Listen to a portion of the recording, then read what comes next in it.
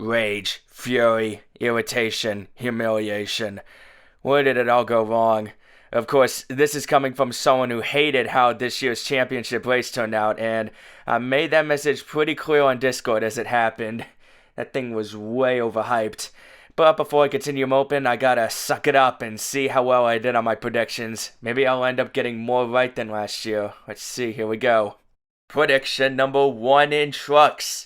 Matt DiBenedetto will win 3 races. I'll be honest, with Matty D dropping down to a lower tier, I thought he was going to make the best and overachieve with moderate equipment, maybe even give Rackley War its first win.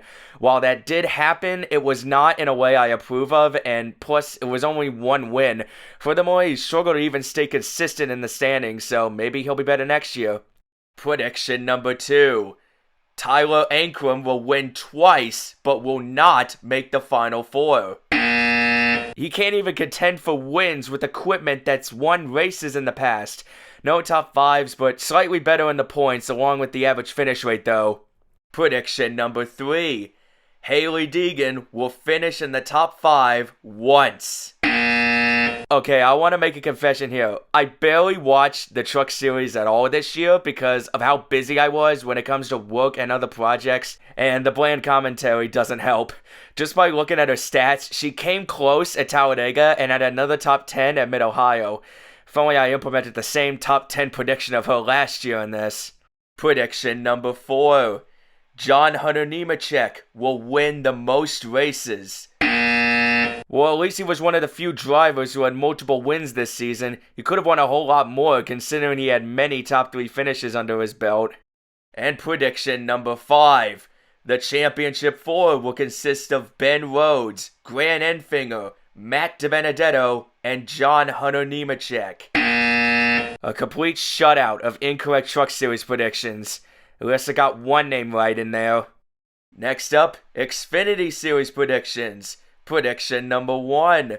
There will be a total of 5 first-time winners. I can't believe I was so far off with this one, but look on the bright side. One of the drivers I thought of won twice that season. The others were either so close a couple times or didn't even have a chance. Poor Sam Mayer. I so wanted him to join the first-time winners club, but only one person's rolling in the dough. Prediction number 2. All full-time junior motorsports and colored racing cars will make the playoffs. The fight for the last few playoff spots were intense, but it didn't work out for Landon Castle in the end, getting beat by Ryan Sieg because of a mechanical failure. Thought he actually had a chance this year with some top-tier equipment. Prediction number 3. Our Motorsports as an organization and Daniel Hemrick will each score only 1 win. That whole team was almost stuck with finishes between 11th and 20th most of the time. The closest they ever got to winning was Anthony Alfredo scoring a top 5 at Fontana. Also, I feel so bad for Daniel Hemrick. I thought colored racing would be a good fit for him, but he performed worse than his other full-time seasons. Prediction number 4.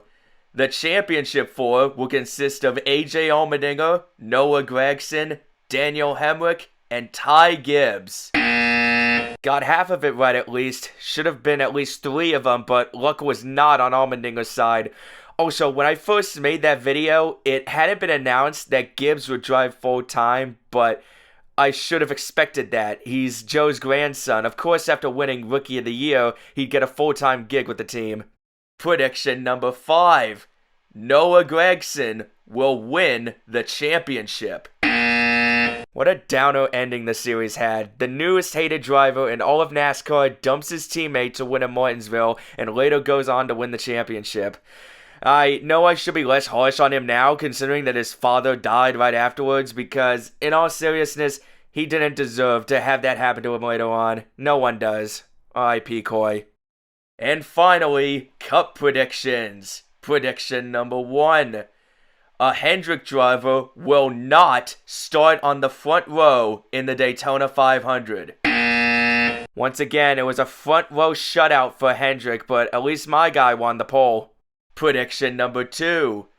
There will be a 3-win difference between the total number of victories scored by Hendrick Motorsports and Joe Gibbs Racing. Looking at both win statistics over reveals that I underestimated by 2. I thought JGR would step up their A game a little bit this year, and never expected Christopher Bell would be their top driver.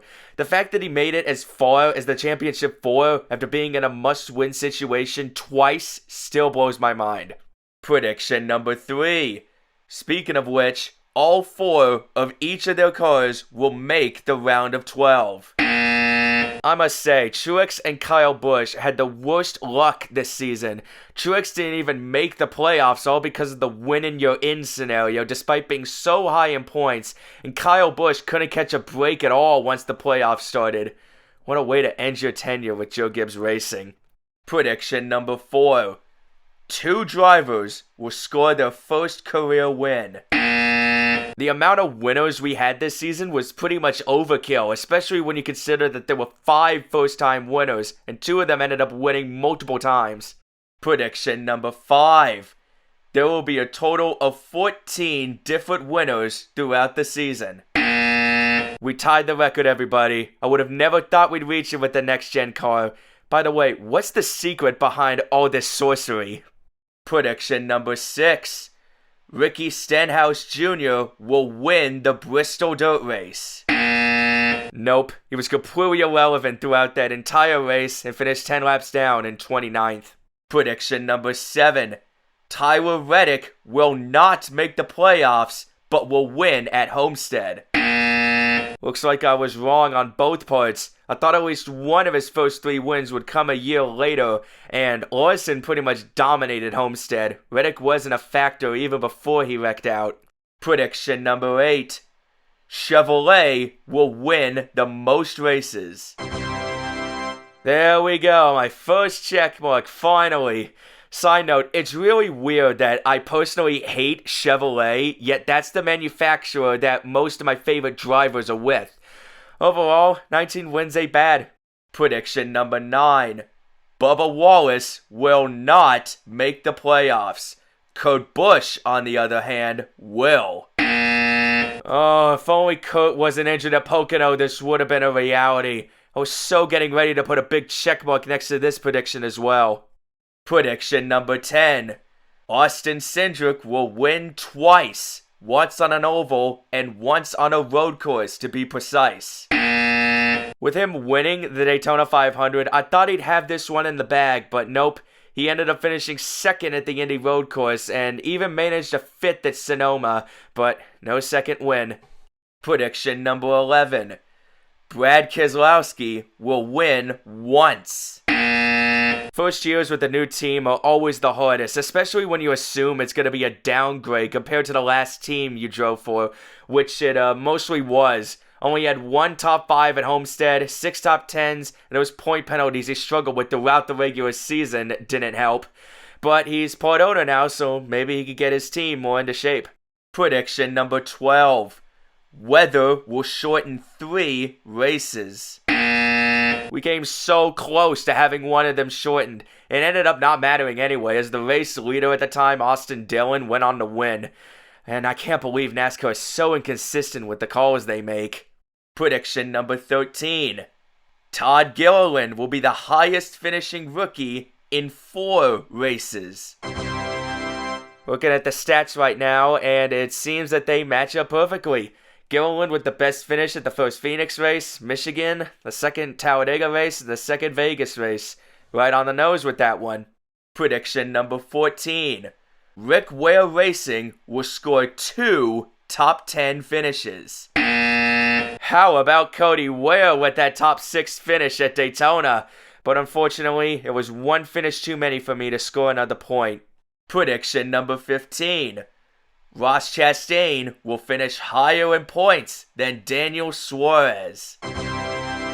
Never did I expect Chastain or even a Trackhouse car to finish second in points, let alone reach the championship 4. Once Ross's round of 8 appearance was set in stone, it pretty much indicated that he's been more consistent than Suarez all year long. Prediction number 16. Both Petty GMS cars will earn a combined total of 9 top 10 finishes. Man, ever since RPM and GMS merged, they've started to get back in the game, haven't they? Jones had over twice as many top 10 finishes as he did last year before the merger. Maybe handing over the keys to Mr. Gallagher was the right way to go after all. And considering that Jimmy Johnson is going to be co-owning the team next year, I expect to see more success from them. Prediction number 17. A flip will occur on a track that isn't Daytona or Talladega.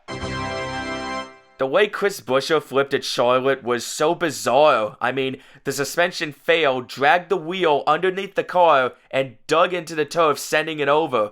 And of all the tracks that flips at, I never expected it to take place there. Prediction number 18. A win will be rescinded due to disqualification. And to think that it occurred during a race that I was attending.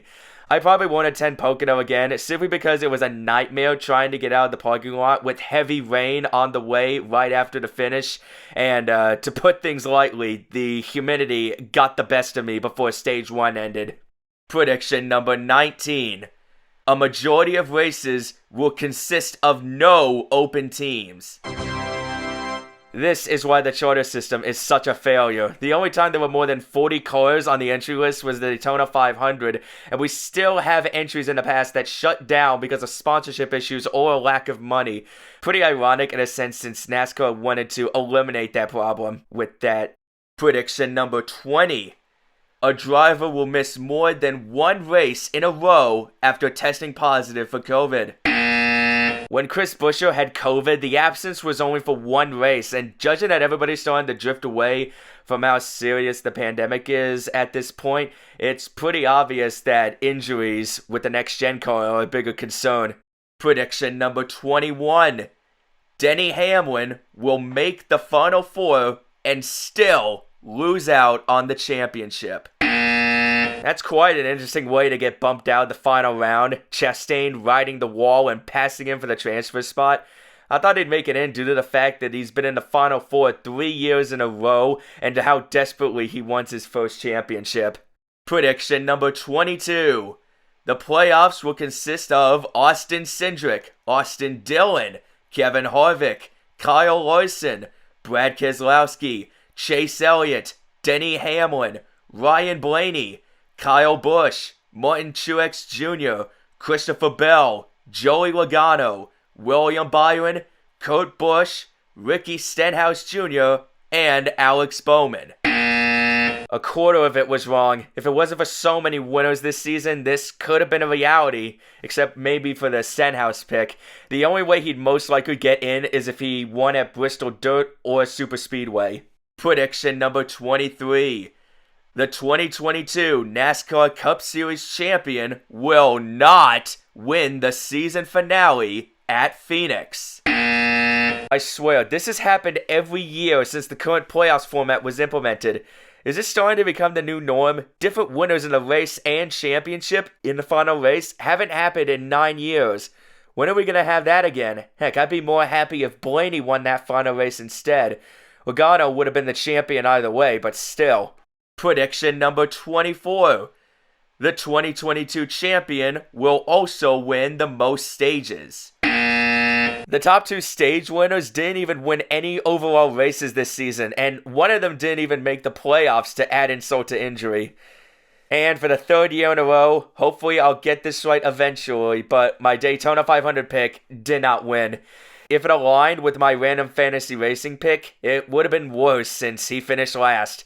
But now that my rookie playing season is over, I think I should reference the site in at least one of my predictions next year.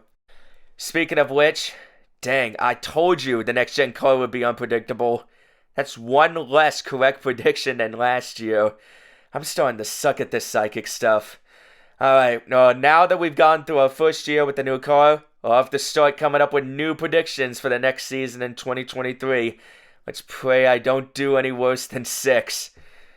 Until next time, see ya.